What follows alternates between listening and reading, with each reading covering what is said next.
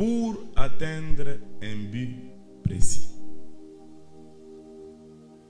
tout en faisant preuve de constance, d'effort et de maîtrise de soi. Je disais, la discipline,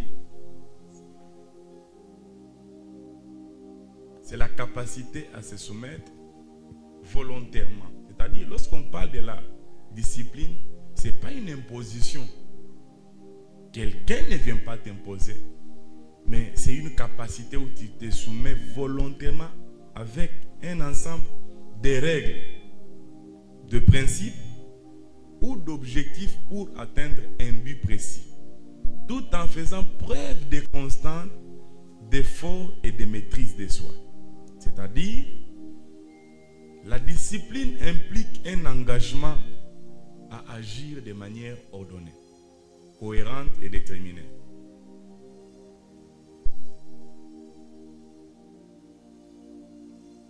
Être discipliné, c'est respecter les règles que tu t'es imposées. Amen. On s'est dit, on doit être là aujourd'hui à 7h30.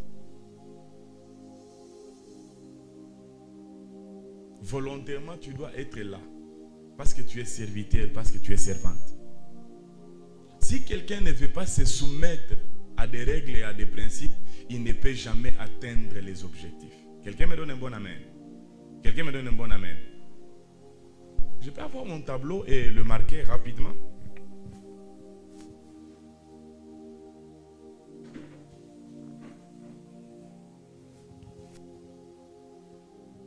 Dans le contexte spirituel, la discipline chrétienne, tu peux écrire, dans un contexte spirituel où la discipline chrétienne signifie, oui, mettez même juste comme ça, voilà. 1. S'engager à suivre la volonté de Dieu. La première définition que Dieu donne, c'est une définition d'une manière générale. Ça concerne tout le monde, les chrétiens, les païens, les travailleurs et ceux-là qui ne travaillent pas. C'est la capacité de se soumettre volontairement à un ensemble de règles, de principes pour atteindre un but. Mais selon le contexte, le marqueur est là? J'ai payé dernièrement le marqueur, ouais. Selon le contexte chrétien, la discipline, c'est s'engager à suivre la volonté de Dieu. Merci.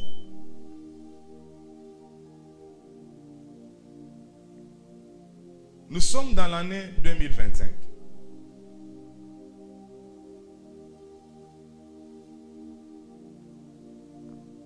Ça, c'est l'année 2025. Le but ou l'objectif que chacun de nous peut avoir, je donne un exemple. Par rapport à notre église, par exemple. Le grand objectif, c'est de payer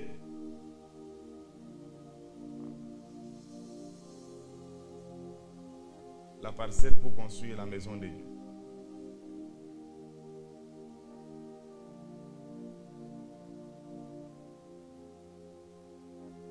Ça, c'est l'objectif qu'on s'est déterminé pour cette année. Alors, nous sommes là. On est au début de l'année. Et ça, c'est la route. L'objectif, c'est payer la parcelle. Pour payer la parcelle, qu'est-ce qu'il faut? Il faut avoir quoi? Est-ce qu'on est ensemble? Pour payer une parcelle dans la vie, il faut avoir quoi? Il faut avoir l'argent.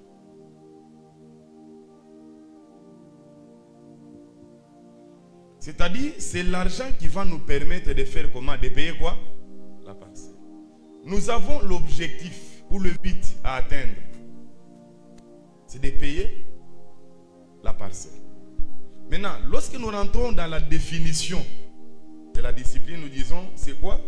C'est la capacité à se soumettre volontairement à un ensemble de règles, de principes, d'objectifs pour atteindre un but. Maintenant, comment est-ce qu'on peut avoir l'argent? Quelqu'un peut m'aider? Il faut travailler. Deuxièmement, on peut avoir l'argent comment? Je disais, ici nous raisonnons dans l'essence de l'église, pas d'une personne. À l'église, nous avons des membres.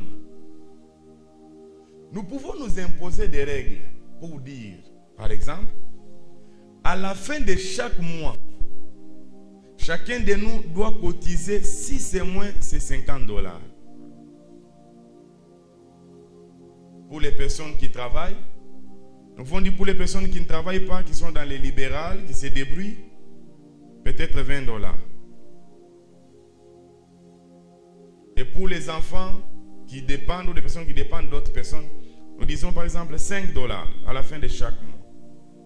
Ça, ce sont des règles que nous nous sommes imposées. Et ces règles ont pour objectif atteindre ces buts. Et nous nous sommes dit ça, c'est pour chaque mois. Donc au mois de janvier, on donne ça. Au mois de février, au mois de mai, jusqu'au mois de décembre, afin d'atteindre.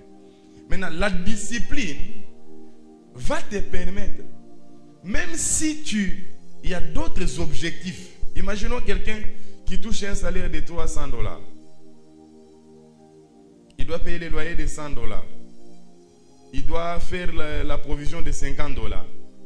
Il doit, je ne sais pas moi, payer pour ses enfants à l'école $100.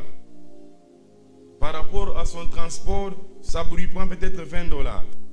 Il lui reste quelque chose de $30. C'est un exemple que je donne. Amen. Il y a un mois où il dépense comme ça. Mais comme il y a des règles qui s'est lui-même imposées pour atteindre l'objectif, il peut se dire, je sacrifie les $20 du transport afin que j'ai la totalité qui nous a été demandée à l'église de $50 parce que nous voudrions avoir notre parcelle. Amen. La discipline implique la constance. C'est-à-dire, on doit rester constant, même si ça fait mal. Il y a quelqu'un qui voit mes statuts ici. Vous m'avez jamais joué silencieux. Qui voit mes statuts ici? Maman, offrez mes statuts. Il y a des choses que j'ai écrites sur les statuts, sur la discipline. Je veux que vous ayez me lire quelque chose. Je crois que tu peux aussi écrire ce qu'on va lire là. C'est très important. J'ai écrit ça pendant que je préparais l'enseignement. Oui.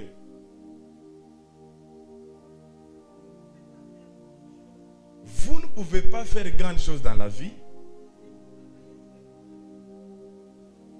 si vous travaillez seulement les jours où vous vous sentez bien. Car la discipline signifie savoir faire ce qu'il faut faire, même quand on n'a pas envie de le faire. L'objectif pour toi chaque mois, c'est de payer combien? $50. Même lorsque tu n'auras pas envie de payer $50. Mais comme c'est pour un but bien déterminé à la fin de l'année, tu seras obligé de le faire. Il y a la pluie. L'objectif, c'est aller à l'église le dimanche. Même si ton corps ne te permet pas d'aller à l'église, mais comme c'est un objectif de prier, d'être dans la présence de Dieu, je me soumets. La discipline, c'est la capacité à se soumettre volontairement à des règles, de principes pour atteindre un objectif. Un homme qui n'est pas constant, qui n'est pas discipliné, ne peut jamais atteindre l'objectif. Il va se dire, il paye $50 ce mois. Le deuxième mois, il s'en fout. Il ne va pas payer. Le troisième mois, il s'en fout. Il va payer. Et à la fin, il ne va pas atteindre quoi? Son objectif. C'est-à-dire, pour atteindre l'objectif, il faut être discipliné. Lorsque vous voulez construire, par exemple, il y a des privilèges que vous devez stopper parce que l'objectif, c'est de construire. Lorsque vous voulez que vos enfants deviennent des grandes personnes dans la vie, vous devez vous imposer la discipline de payer les études, de payer les bonnes écoles, même si ça fait mal, même si vous ne mangez pas, même si vous ne portez pas les habits. Mais comme l'objectif, c'est que vos enfants puissent étudier dans les bonnes écoles, vous vous imposez la discipline. Je peux faire une année sans payer les habits, mais le plus important, que mes enfants puissent faire comment? Puissent étudier. Même si les hommes se moquent de moi, mais moi je connais ce que je suis en train de faire. Les hommes disciplinés ne vivent pas selon les émotions et les humeurs de leur entourage, mais ils vivent par rapport à leur objectif. Donne-moi un bon amen. Je reprends encore, les hommes et les femmes qui sont disciplinés ne vivent pas selon les humeurs de leur entourage, selon le message de leur entourage. Ils restent constants jusqu'à ce qu'ils vont atteindre quoi? Leur objectif. C'est la discipline qui nous permet d'atteindre quoi? L'objectif. Mais selon maintenant les plans de Dieu, nous disons, la discipline sur le plan spirituel, sur le plan chrétien, signifie 1. S'engager à suivre la volonté de Dieu. La discipline, c'est un engagement. Quelqu'un me donne un bon amen. C'est-à-dire, ça inclut l'obéissance. Lorsqu'on parle de l'engagement, nous voyons l'obéissance. Nous voyons la vie de la prière. Nous avons l'étude de la parole. Nous voyons la soumission aux autorités qui sont établies. C'est-à-dire les pasteurs, les hommes de Dieu qui sont établis au-dessus de toi. Lorsqu'on s'engage, on se soumet. Quelqu'un me donne un bon amen? Deuxièmement, la discipline, selon les contextes chrétiens, c'est la maîtrise, soit maîtriser sa chair et ses désirs charnels. Si vous rentrez dans ce que l'apôtre Paul nous a lu, il dit ceci: tous les sportifs s'entraînent en se privant de beaucoup de choses. Le verset 27 dit: je traite mon corps durement, j'en suis totalement maître. Un homme spirituel, un enfant de Dieu, ne peut pas être conduit, ou un serviteur de Dieu, une servante de Dieu, ne peut pas être conduit selon les émotions charnelles, ni selon sa chair. La Bible dit dans le livre de Galates, chapitre 5, marchez selon l'esprit et vous n'allez pas accomplir les œuvres de la chair. Ici, on nous dit, dans le contexte spirituel ou chrétien, la discipline, c'est aussi maîtriser sa chair et ses désirs charnels. Tu ne dois pas faire tout ce que ta chair te demande, toi en tant que serviteur, servante de Dieu. Quelqu'un me donne un bon amen. Dis après moi, je ne dois pas faire tout ce que ma chair me demande. Alléluia. Dans le verset 27 de 1 Corinthiens chapitre 9, la Bible dit quoi? L'apôtre Paul précise que je suis maître de mon corps. Est-ce que tu peux dire je suis maître de mon corps? Alors, quel est le rôle de maître? C'est de conduire. Ne sois pas conduit par ton corps, mais toi tu dois faire comment? Tu dois conduire ton corps. Si ton corps te dit tu dois aller dans une boîte de nuit, toi étant maître, enfant de Dieu, serviteur de Dieu, tu dois dire à ton corps, niet, toi tu ne peux pas aller là-bas. Quelqu'un me donne un bon amen. La discipline, écoutez, tous nous avons les désirs de chair, charnel. Tous on a envie de faire des choses que tout le monde fait. Mais par rapport à notre engagement en tant qu'enfant de Dieu, il y a des choses qu'on ne peut pas les faire. Même si la chair nous demande, nous disons ça, non, je ne ferai pas ça. Alléluia. Alléluia. Souvent, lorsque nous sommes dans des moments de jeûne, beaucoup de gens sont tentés. Ils voient les biscuits ici, ils voient les beignets là-bas, il est tenté. Mais lorsque tu atteins la maturité dans les services avec Dieu et tu es discipliné, tu peux dire à ton corps, tu en as envie, mais je ne te les donne pas. Est-ce que tu peux dire à ton voisin, discipline ton corps et sois maître de toi-même? Alléluia. Écoutez, une femme responsable, une femme servante de Dieu ne doit pas se retrouver partout, ne doit pas dire n'importe quoi, ne doit pas dire tout ce qui lui passe par la tête.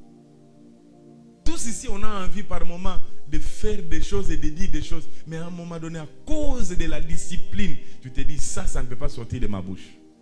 Ça, je ne peux pas faire.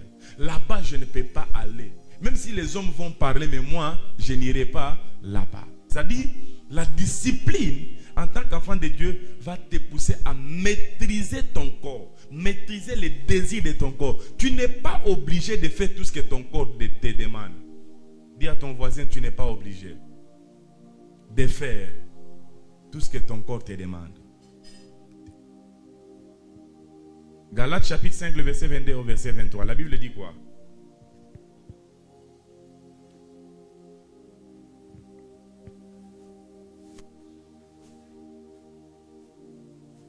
Verset 22. Okay. Et le fruit de l'esprit, c'est l'amour. C'est l'amour, La joie, la paix, la paix, la patience, la bonté, la bénignité, la fidélité, la douceur, la tempérance. la tempérance. La loi n'est pas contre ces choses. Ça c'est 23. 23, Oui. 23, la loi n'est pas contre ces choses. La loi n'est pas contre ces choses. 24, Oui. ceux qui sont à Jésus-Christ Ceux qui sont en Jésus-Christ, ont crucifié la chair. ils ont crucifié leur corps. Quand on est en Jésus, on crucifie quoi? La chair, le corps, On crucifie quoi? la chair. Dis à ton voisin, tu dois crucifier ton corps. Machimango ne bintu ya kimwili. Envie ne bintu ya kimwili. Il ne faut pas que tu puisses faire ça. Parler en mal des autres, c'est pas pour un enfant de Dieu. Ton corps, tu dois le sacrifier à Christ. Te retrouver dans des boîtes de nuit, te retrouver dans des terrasses, te retrouver là où on boit l'alcool, là où on insulte les pasteurs. Ce n'est pas digne d'un serviteur de Dieu. Tu dois quitter ces choses là-bas. Quelqu'un me donne un bon amen? Oui, maman, merci beaucoup. Troisièmement, aussi selon le contexte chrétien, la discipline signifie aussi persévérer dans l'effort. Persévérer dans l'effort. La discipline exige de continuer à agir pour atteindre les objectifs spirituels, même dans les moments les plus difficiles ou de découragement.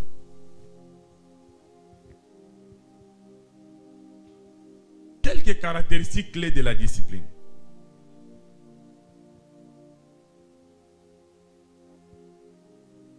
Caractéristiques clés de la discipline. 1. L'obéissance. C'est quoi l'obéissance? C'est se conformer à ce qui est juste et exigé. Ça, c'est le premier caractéristique de la discipline.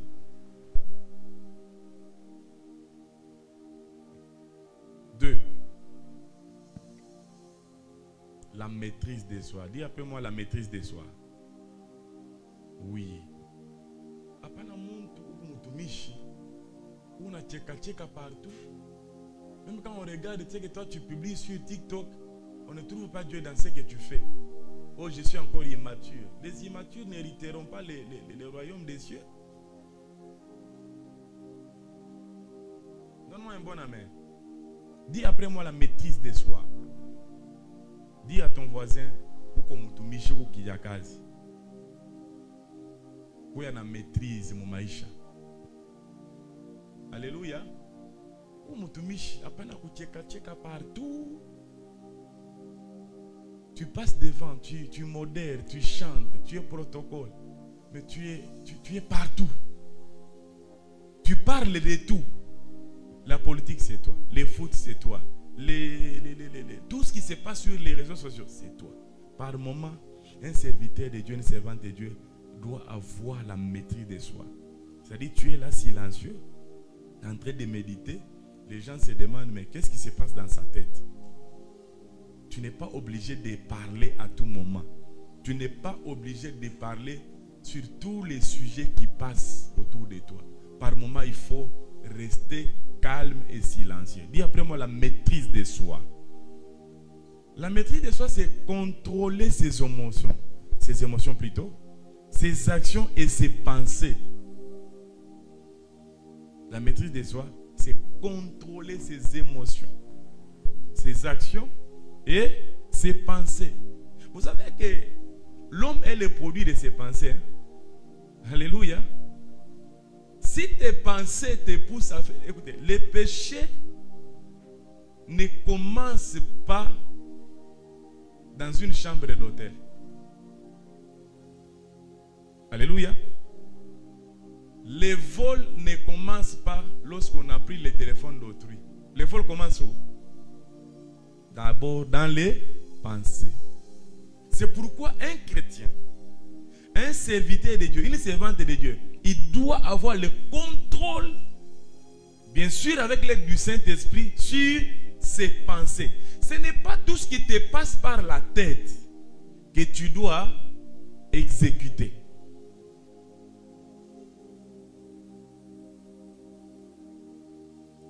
Contrôle de ses pensées. Troisième caractéristique d'un homme discipliné ou de la discipline, c'est la constance. La constance.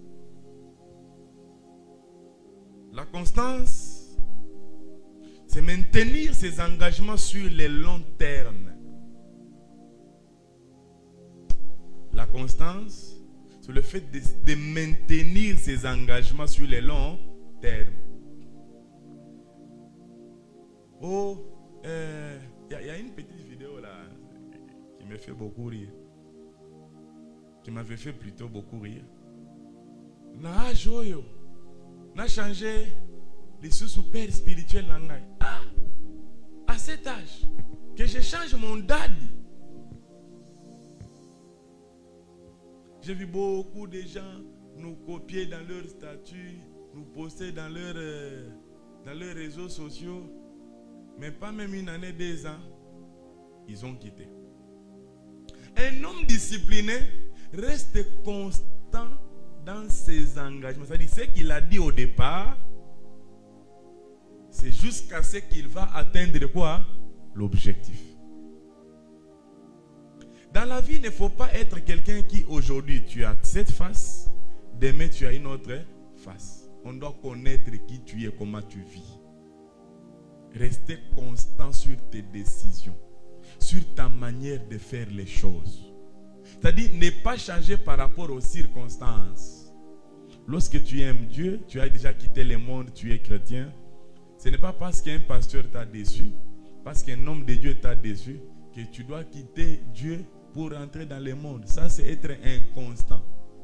Un homme constant, il reste sur la ligne de ses engagements. Ce qu'il a dit au mois de janvier, il va travailler sur ça jusqu'à ce qu'il va atteindre le mois de décembre. Beaucoup de gens ont écrit sur les statuts, année Oyo, année à gloire Nanga, année Oyo. Mais attendez, dès que ce mois de janvier est fini, il va oublier même les titres de son année. Vrai ou faux? L'année passée, on a parlé sur quoi? C'était l'année de... Ah, au moins toi tu retiens. Mais il y a des gens qui ont déjà oublié. L'année passée, c'était quelle année? Cette année, ça, quel titre? Écoutez, lorsqu'on donne la vision d'une année, c'est une vision globale. C'est une vision générale. Mais aussi, par rapport à cette vision générale, tu dois avoir aussi ta petite vision. C'est-à-dire, c'est l'année de conquérir les portes ouvertes. Ok. Moi, maintenant, par rapport à ma vie, quelles sont les portes que je peux cibler pour les conquérir cette année? Tu restes constant, même dans tes prières au mois de janvier, au mois de février, au mois de mars. Tu restes constant sur tes sujets de prière. Le sujet de Anne était d'avoir un enfant. Anne n'a pas changé les sujets de sa prière. Elle est restée constante pendant plus de 7 ans. Comme la Bible l'indique, il montait chaque fois. Elle priait. Par moment, vous êtes rapide à changer les sujets de prière sans avoir d'abord l'exaucement sur certains sujets. Reste là, insiste.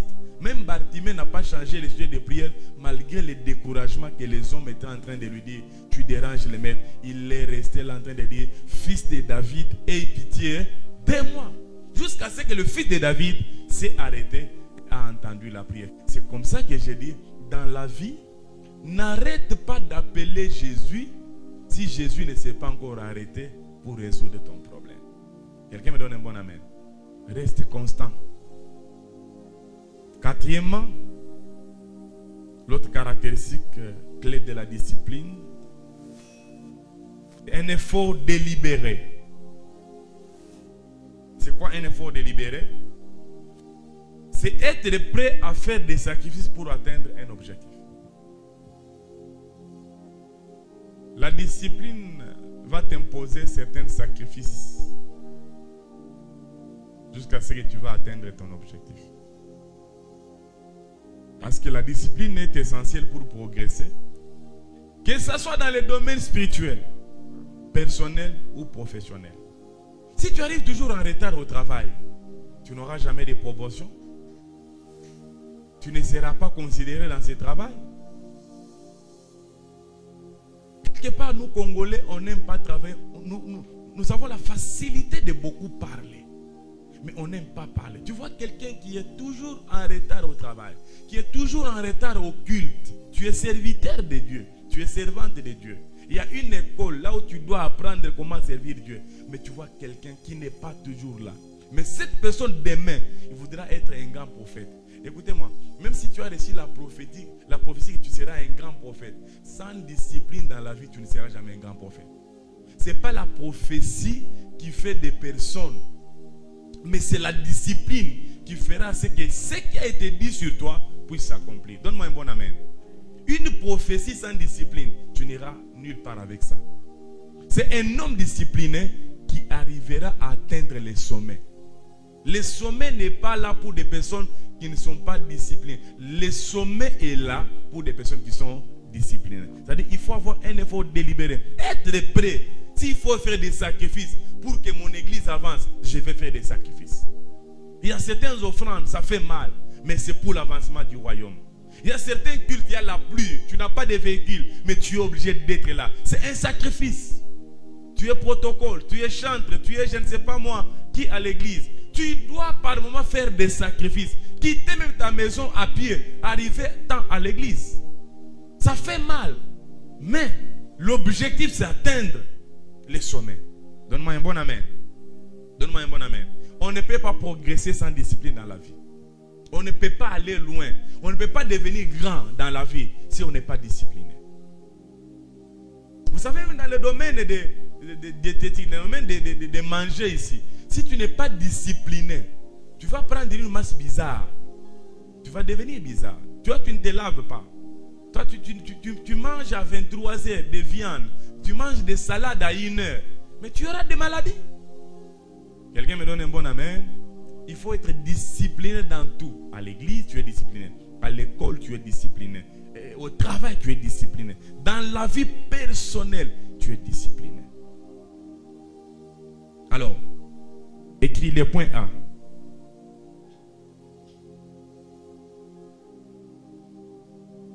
Le point A. Comprendre la discipline dans le service. Parce que si vous vous souvenez très bien, notre thème dit la discipline et la persévérance dans le service. Point A. Comprendre la discipline dans le service. La discipline spirituelle, c'est le fondement d'un service stable et fructueux. Cela implique un engagement constant à cultiver des habitudes pieuses qui nourrissent l'esprit et renforcent la foi. Point 1. La discipline dans la gestion du temps. Dis après moi, la discipline. Je n'ai pas entendu. Je n'ai pas entendu. Dans la gestion du temps. Oui. Un serviteur de Dieu, une servante de Dieu doit apprendre à organiser son emploi du temps pour équilibrer les responsabilités. Beaucoup de gens plutôt ont un problème de la gestion du temps. Tu dois t'asseoir et te dire, qu'est-ce que je dois faire aujourd'hui? Quel est mon menu d'aujourd'hui? À 8h, je serai à l'université. Je vais rentrer à 15h. Je me lave et à 16h juste, je dois être à l'église. Dès que nous terminons le culte, je rentre je me repose. Et puis vers 21h, de 21h à 22h, je revois mes notes. C'est comme ça que quelqu'un doit gérer son temps. Ok, je travaille, on part au travail. Le travail commence à 7h45. J'arrive au travail à 7h40. À 7h45, je commence mon travail. À 13h, je prends ma pause. À 16h, lorsque je quitte, si on n'a pas culte, je rentre à la maison, j'ai des choses à faire. Je fais à 18h, je peux finir ce que je peux faire. J'ai déjà mangé tout. De 18h à 19h, je fais ma méditation. Je vais lire la parole de Dieu. Et après quoi, de 19h à 20h, je peux regarder la télé, je peux suivre les informations, les journaux. Et 21h, je peux chatter, je peux un peu rigoler avec des amis. 22h, je suis au lit, je me repose. À 0h, je me lève, je fais ma prière de 0h à 1h. Et puis je dors pour me réveiller à 5h, je fais ma prière. Et à 6h, je m'apprête pour le travail. Le temps doit être bien réparti. Quelqu'un me donne un bon amen? Quelqu'un me donne un bon amen? Il faut savoir prioriser les choses dans la vie. Ne te retrouve pas partout. Ne sois pas partout. Sans un plan de ta journée. Tu te réveilles seulement le matin, tu es au centre-ville. Tu n'as aucun projet. Tu ne vas pas payer quelque chose là-bas. On a un magasin, ma boutique, ma bé à mango. Tu as dépensé de ton transport qui pouvait t'aider à faire quelque chose. 2, tu as perdu ton temps inutilement. Ne pars pas au centre-ville si tu n'as pas un programme. Ne pars pas chez les gens si tu n'as pas un programme. Un homme, un serviteur de Dieu doit savoir gérer son temps. Être discipliné, c'est gérer aussi très bien quoi? Son temps. Tu es maman. Tu dois savoir les enfants mangent à quelle heure. Mon mari doit manger à quelle heure. Il doit se laver à quelle heure. Les enfants doivent aller au lit à quelle heure. Même vous les enfants qui étudiez. Même vous les étudiants et les étudiantes qui êtes là. Programmez vos journées. Ayez des menus. Ayez un calendrier, un programme bien établi de ce que vous allez faire de vos journées. La Bible dit quoi? Lisons Ephésiens 5, 15 à 16. Lisons Ephésiens combien? 5, 15 à 16.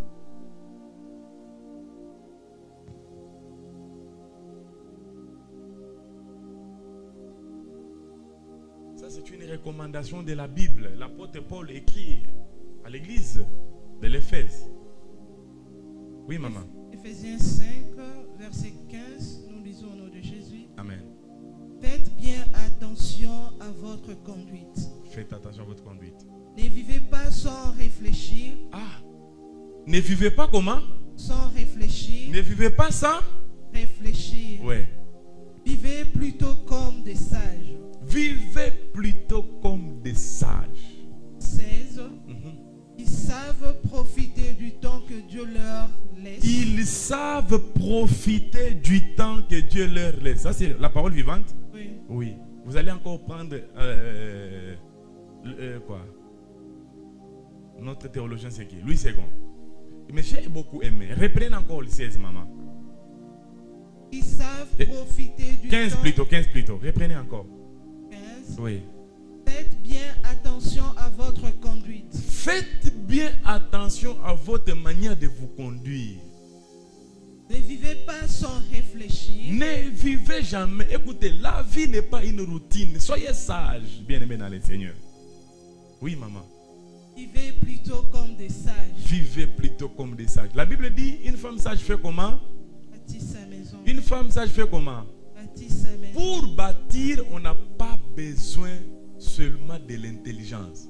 Mais pour bâtir, on a besoin de quoi? De la sagesse. Ici, je ne parle pas seulement dans le contexte d'une femme sage bâtit sa maison. Non. Pour bâtir ta vie, tu n'as pas besoin d'intelligence. Tu as besoin de quoi? De la sagesse. Vous savez, une femme, je donne un exemple. On se dispute avec la soeur.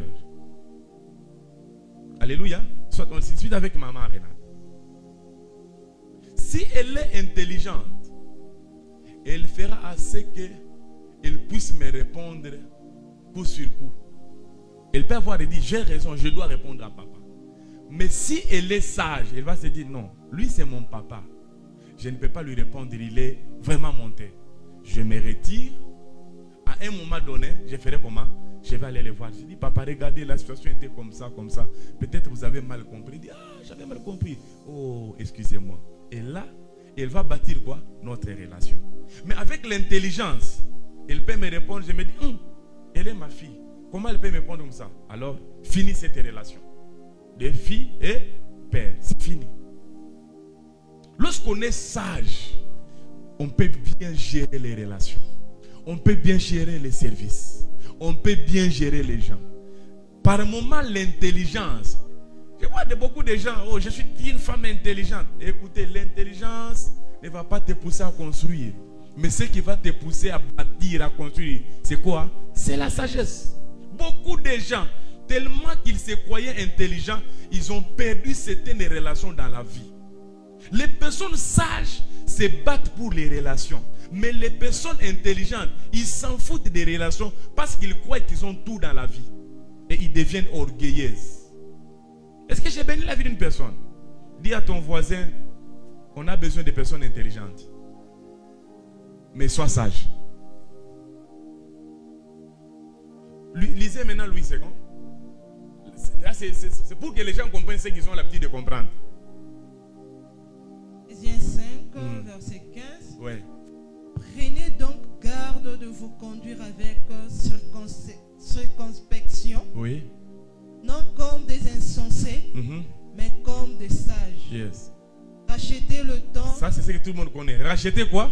Le temps. Car les jours sont mauvais. Car les jours sont mauvais. La Bible vous dit de faire quoi? Rachetez le La Bible nous dit de faire quoi? Moi, j'aime bien lire. Hein? Qui a un dictionnaire dans son téléphone? Dictionnaire français, qui a ça? Comment vous pouvez manquer de dictionnaire dans vos téléphones? C'est parmi les applications qui ne font jamais manquer dans la vie. Dans votre téléphone plutôt. Racheter veut dire quoi? Lisons selon le dictionnaire, pas selon ta compréhension.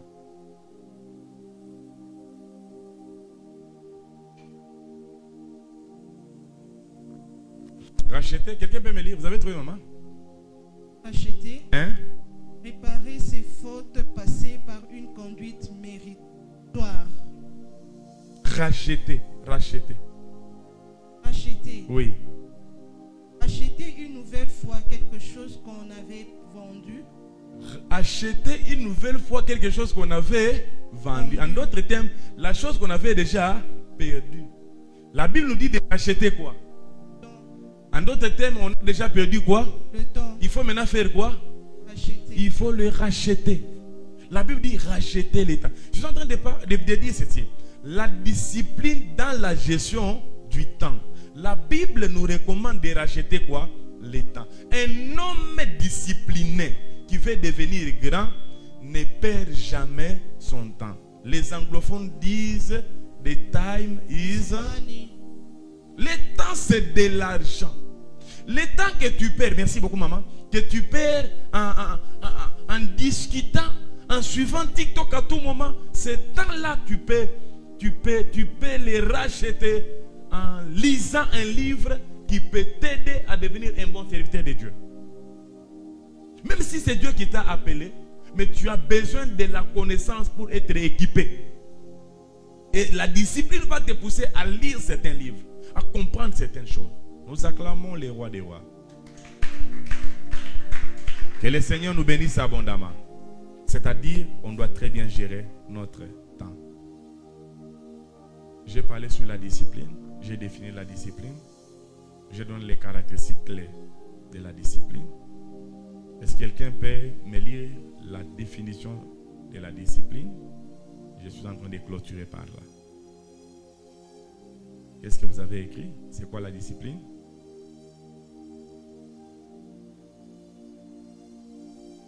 Oui, sœur.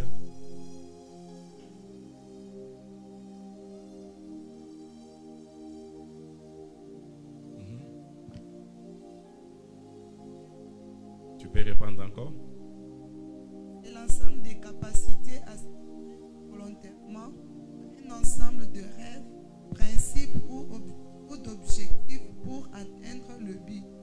atteindre le but. Alors, quelqu'un peut m'expliquer dans les contextes spirituels, la discipline signifie quoi? Dans les contextes spirituels ou chrétiens, la discipline signifie quoi? Hein? Premièrement, on a écrit quoi? Oui, maman. S'engager à suivre la volonté de Dieu. S'engager à suivre la volonté de Dieu. Deux. Délacher et la chair et au désir charnel. Maîtriser la chair et ses désirs charnels. 3. Oui. Persévérer dans l'effort. Persévérer dans l'effort. Alors, quelqu'un peut-il me donner les caractéristiques clés de la discipline? Première caractéristique. Oui, maman. L'obéissance. Première caractéristique, c'est quoi? L'obéissance. Deuxième caractéristique. Oui. La maîtrise de soi. Troisième caractéristique. Oui, Serge. La constance. Quatrième caractéristique. Oui, frère derrière, on peut lui donner le micro. Quatrième caractéristique. Effort délibéré. Un effort délibéré. Cela veut dire quoi?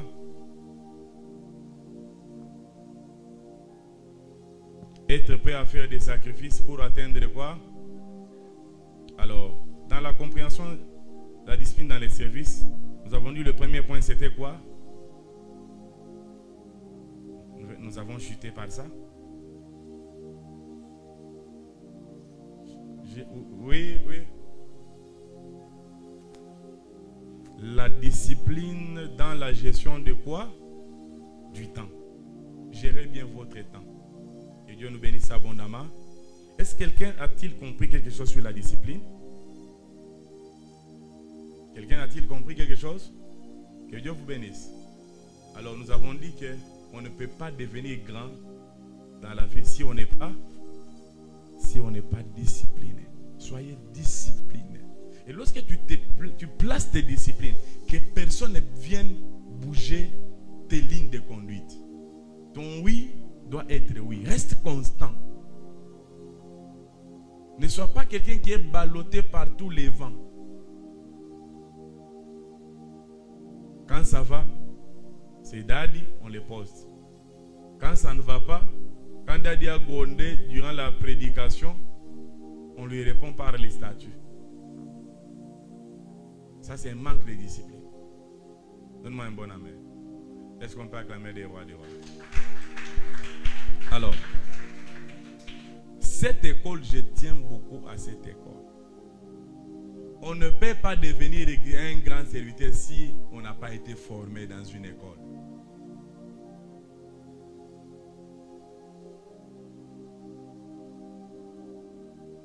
Qui peut s'appeler mon fils, ma fille, que c'est lui qui a mes enseignements. Et c'est ici qu'on devient des bons serviteurs. Attendez, vous allez voir d'ici 5 ans, 10 ans, tous ces enfants ici, ils seront des meilleurs serviteurs. Parce qu'ils suivent les enseignements. Des hommes et des femmes qui se croient trop intelligents dans la vie, ils ne peuvent jamais bâtir quelque chose de grand dans la vie. Mais ceux qui bâtissent doivent être comment? Ils doivent être comment? Ils doivent être comment? L'intelligence va te permettre de répondre à toutes tes provocations. Mais la sagesse va te permettre de se taire quand c'est plus important. Et répondre quand c'est le moment. Un homme sage ne répond pas à tout moment. Un homme sage prend du temps pour répondre. Il y a des gens qui se croient tellement intelligents. Pas ma statue, tellement intelligents. Écoutez, la Bible dit une femme sage bâtit. On ne dit pas une femme intelligente, on dit une femme sage. Comme on a une relation, mon amour on a dû croire trop intelligente. Ata yenga ka kintu. Okuyenga kintu ni wa? Ekima, c'est ça? Sagesse, c'est ça. Akiri ni intelligence. Elimu, Dieu intelligence. Ekima, Dieu sagesse. Je préfère travailler avec des hommes et des femmes sages. Non, la maman yetu abakufunda ke masomo sana. Mais balikuwa ka sage. Mais aujourd'hui, avec les systèmes LMD, on a amené même les systèmes LMD dans le mariage. Des personnes qui se croient tellement intelligentes. On a monné chaque fois. On est une famille.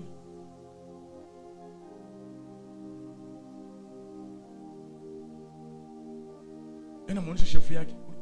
Toi, tu me connais, tu connais mon niveau. Écoutez, je suis pour que vous soyez intelligent, mais je vous conseille d'être sage. Que Dieu vous bénisse. Alors, je demande à tous les responsables, départements, tout celui qui est responsable, lorsque vous avez la répétition, ou lorsque vous avez vos réunions, laissez le message dans les groupes, le message dans votre, c'est pas département. Les dimanches, c'est obligatoire de participer à l'école. Et on a changé notre programme de culte, c'est de 7h30 à 8h30. Et puis les cultes commencent à partir de 8h30. Les dimanches prochains, j'aimerais voir tout le monde à temps. Et à muni de son cahier, de sa Bible. Tout serviteur doit avoir une Bible.